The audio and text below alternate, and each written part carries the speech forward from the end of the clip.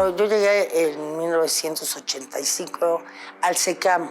Fui invitada por Francisco Reyes Palma, quien había organizado ese nuevo centro, que era la conservación del Archivo de Arte Mexicano, que duró poco, porque en el 85, 86 empieza una reestructura en el INBA y concentran a todos los centros que había muchísimo de textil, de experimentación artística, de investigación sobre educación artística, todos los juntan y hacen los centros que ahora conocemos: danza, música, teatro y artes plásticas. Y nos convierten en CENIDIAP y tiene dos sedes, una en la calle de Nueva York, en la colonia Nápoles, y nosotros que ocupábamos el sótano del Carrillo Gil, fuimos trasladados al Museo Diego Rivera, ahí en la calle de Altavista, en San Ángel, para que posteriormente, cuando se compra la casa vecina también en Altavista de Frida Kahlo, nos reubicaran porque el museo iba a abrir sus puertas. Nosotros, con la experiencia del SECAM, era armar un archivo a partir de la visita y de la adquisición. Muchas veces fue por microfilmación, otras veces sí adquirimos el archivo y sobre eso armar una investigación. Eso nos daba un bagaje muy distinto para poder hacer investigaciones un poco novedosas, ¿no?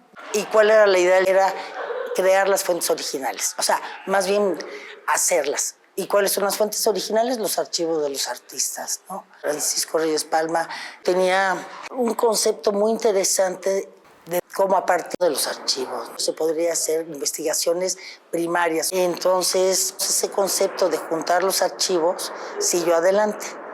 Y eso era lo original del CENIDIAP.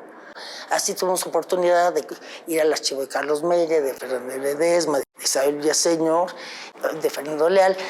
Convivimos mucho con los personajes que habían sobrevivido todavía a esa época, de los años 20, 30, ¿no? Pero lo interesante aquí era ir, recuperar la fuente original y también entrevistar a los artistas, los que sobrevivieron, y con eso armar fondos muy concentrados en la obra. ¿Qué hacíamos? Llegábamos, pues, generalmente, si era el artista, platicábamos con el artista, empezaba a soltar los documentos, o con los familiares, ¿no? Entonces llevaban las cajas muchas veces muy desorganizadas, leíamos todo el archivo y de ahí lo íbamos organizando en una forma temática más o menos que le diera coherencia a la investigación. Y a partir de eso regresábamos y ahora sí, ponte a escribir y ponte a investigar más sobre ese archivo. O sea, a mí me tocó prácticamente Carlos Mérida, que había fallecido 2 meses antes que yo entrara. Convivimos con Ana Mérida, que era bailarina, y con todo ese medio que Carlos Mérida tenía alrededor. Fue un archivo un poco complicado por la microfilmación, en una cantidad de documentos impresionantes e interesantísimos, ¿no? Pero también salió la idea de que, ¿por qué no Fernández Ledesma e Isabel Villaseñor? Alicia Sánchez Mejorada trabajó Fernández Ledesma y yo Isabel Villaseñor. Matías Geritz, ahora que cumplió años de vida, 100, hubo un movimiento que todo el mundo estaba sobre ese archivo. Entonces, si no hubiera estado el CENIDIAP, quién sabe qué hubiera pasado con el archivo. Y eso, pues, nos daba un bagaje y una visión muy distinta al simple hecho de ir a la hemeroteca o al libro, que es una fuente secundaria. Eso fue el maravilloso CENIDIAP de Altavista.